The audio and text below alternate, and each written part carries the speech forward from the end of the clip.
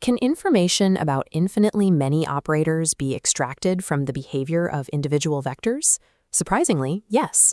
The Baire Category Theorem and the Uniform Boundedness Principle reveal the structural relationship between pointwise behavior and operator norms in functional analysis. In applied mathematics, it is straightforward to calculate the behavior of a single, isolated operator. We measure its output for a given input and determine its specific bound. The challenge arises when we deal with an infinite family of operators. Local information, what happens at one specific vector, does not naturally guarantee global stability. A sequence of operators might stay bounded at every individual point, while the operator norms grow toward infinity. To bridge the gap between local limits and global boundaries, we require a property called completeness. We can analyze this through four primary concepts. First, normed spaces. These are vector spaces where every element has a defined length and every pair of elements has a defined distance. Second, Banach spaces. A Banach space is a normed space that is complete. This means there are no microscopic gaps and no missing limit points. If a sequence converges, its limit is guaranteed to exist within the space. Third, bounded linear operators. These are continuous mappings that transform vectors between spaces without disrupting the underlying vector structure. Fourth, the Hahn-Banach theorem. This is our primary tool for extending linear functionals from small subspaces to the entire space while preserving their norm. By combining these four elements, we have the necessary machinery to examine the convergence behavior of operator sequences. Our first step is understanding topological fatness. In functional analysis, the standard density of a set doesn't always reflect the structural stability of the space it occupies.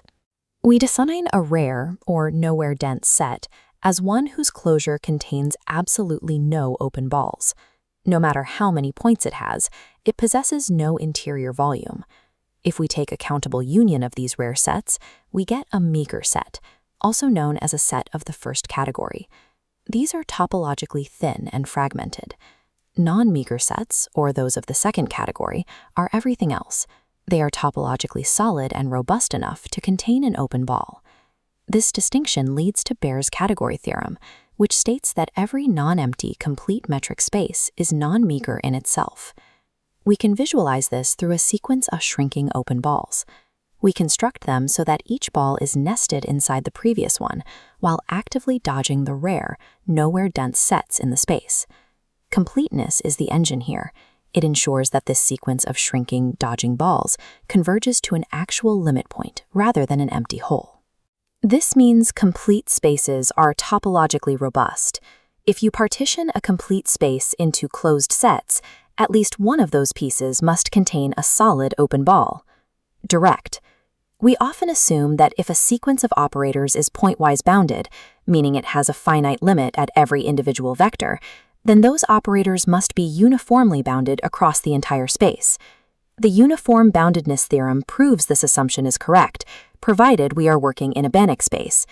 It states that pointwise boundedness for every vector implies a uniform bound for the operator norms. To prove this, we group the vectors into distinct sets, AK, based on their specific pointwise bounds. Since our space X is a Banach space, it is complete. Therefore, Baire's theorem tells us it is second category.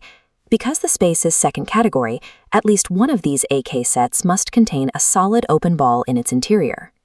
Using mathematical linearity, we can shift this open ball from its arbitrary location so that it is centered directly at the origin. Now we can take any arbitrary vector in the space and scale it by its norm so that it falls within this neighborhood.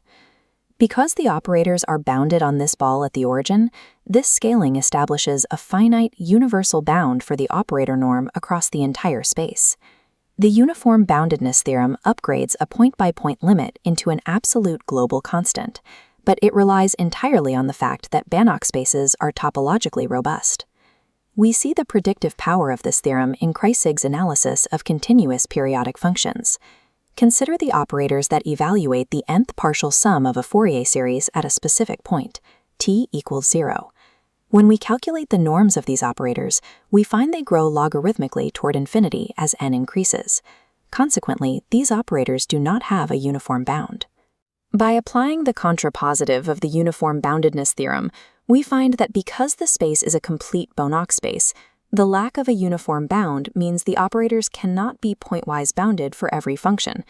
This proves there must exist a continuous function whose Fourier series diverges at zero. We know this exists through logic alone, without needing manual construction. The Baire Category Theorem classifies complete metric spaces as topologically robust.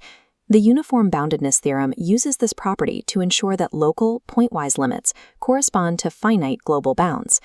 These results are foundational for analyzing operator sequences, ensuring stability in partial differential equations, and verifying numerical integration methods.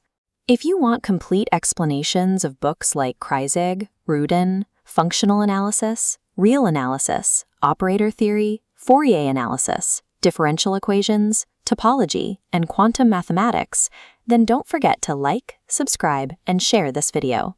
Comment below which theorem, proof, or chapter you want explained next. In the next section, we'll study the open mapping theorem and the closed graph theorem. Together with Banach and uniform boundedness, these form the four core theorems of Banach space theory.